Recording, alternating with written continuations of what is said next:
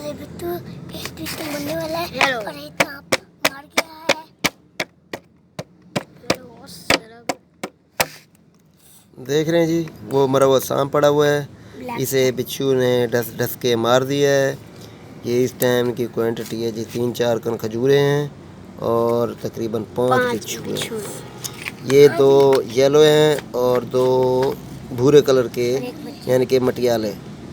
समझेंगे ये जो हरकत कर रहा था ये मटियाला है सांप के पास वाला, और बाकी येलो है।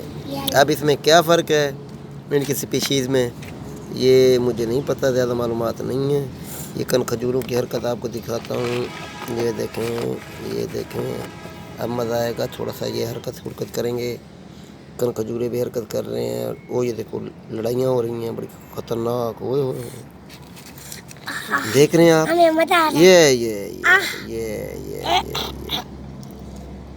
ऐसे मनाज़र लोकल सतह पे आपको कौन दिखा सकता है? अभी तो वो सांप मर गया है, वरना कमाल हो जाना था। हैं जी, अब ये सांप इसलिए पड़ा रहने दिया है मैंने कि ये खाएंगे क्या बेचारे।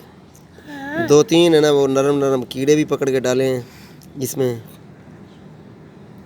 कि ये खाएं पिएं मौज करें ऐश करें। मज़ा आ रहा है जी, देख रहे हैं ना जी।